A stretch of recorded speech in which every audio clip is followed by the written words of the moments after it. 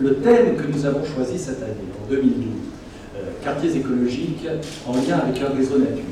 Nous considérons que le quartier écologique va bien au-delà de l'écoquartier. C'est une philosophie, c'est faire entrer l'écologie dans le domaine de l'urbanisme, mais aussi des quartiers, des villes et des agglomérations. Donc il y a une notion beaucoup plus large que nous englobons dans cette notion de quartier écologique.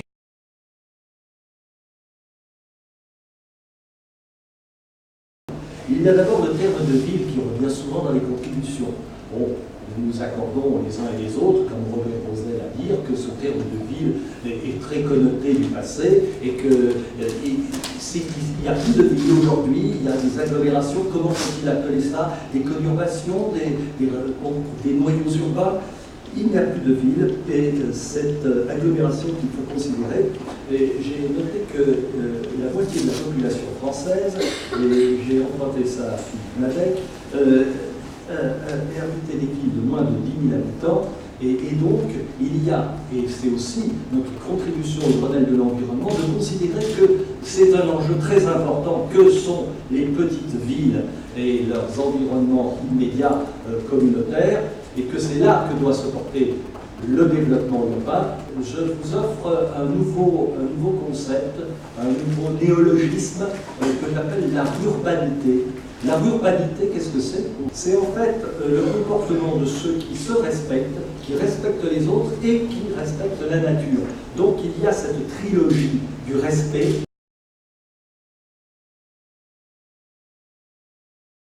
Alors sur la nature, je l'ai déjà dit, il y a ce lien avec la ville, mais c'est plus profond que cela. Il faut aller au-delà, c'est pas simplement la nature utile à la ville, mais c'est la nature dans sa biodiversité qui rentre en ville, nous y reviendrons.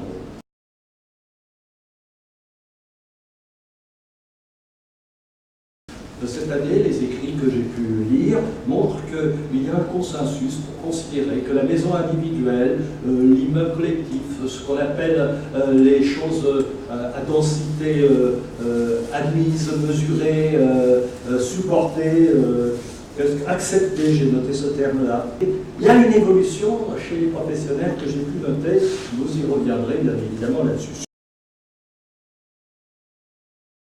Sur la formation, alors là, vraiment, j'ai vu que les uns et les autres, les organisations professionnelles, toutes, vous avez fait des efforts importants sur la formation de vos propres ressortissants, de vos propres membres, et puis que vous avez fait des publications et des rencontres sur justement ce thème.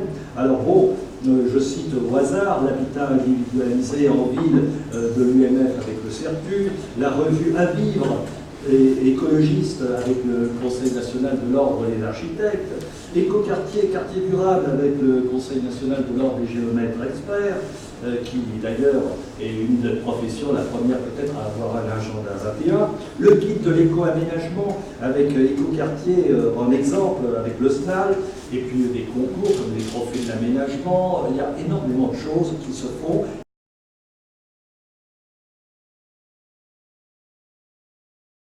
Alors sur les études en amont, là aussi, il y a une sorte d'unanimité qui se fait et qui consiste surtout à demander aux élus, aux maîtres d'ouvrage, de prévoir et donc de payer les études en amont qui sont nécessaires pour justement réfléchir, partager un souci sur justement la demande des habitants et qu'il appartient aux maîtres d'ouvrage de pouvoir mettre la main à la poche pour organiser ces études.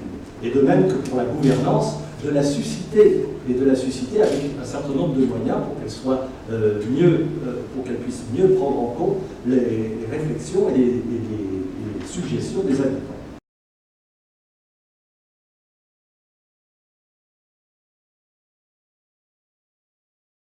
Quant aux normes et labels, là c'est pareil. Il y a une tendance qui s'affirme à travers les organisations professionnelles pour dire qu'il en faut, mais enfin, il faut aussi que nous prenions nos distances par rapport à ces normes et à ces labels. Il faut que nous privilégions des démarches en termes d'objectifs et de questionnement. C'est, je crois, le CNOA qui dit ça, plutôt que de normes ou de solutions faisant place au lobby. Alors là, bon, il y a un peu de polémique qui va derrière. Et puis, il faut valoriser un process plutôt qu'un certificat. Par ailleurs, sur les échelles transcalaires, là c'est la nouveauté. Là c'est la nouveauté qui apparaît, et qui apparaît aussi, je pense aux Italiens qui participent à notre concours international, qui ont insisté beaucoup là-dessus.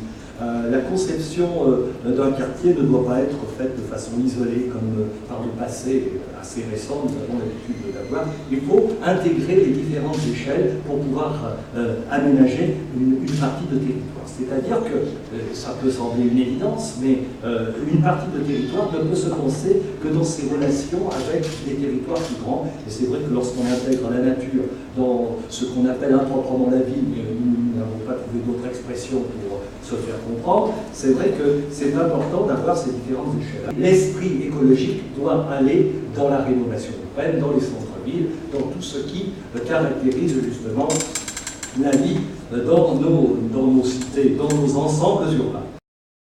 Surtout dans les professions indépendantes, et sur la finalité de notre cadre de vie, il n'y a pas, c'est pas moi, c'est les autres. Non, nous sommes tous responsables, comme disait un poète bien connu.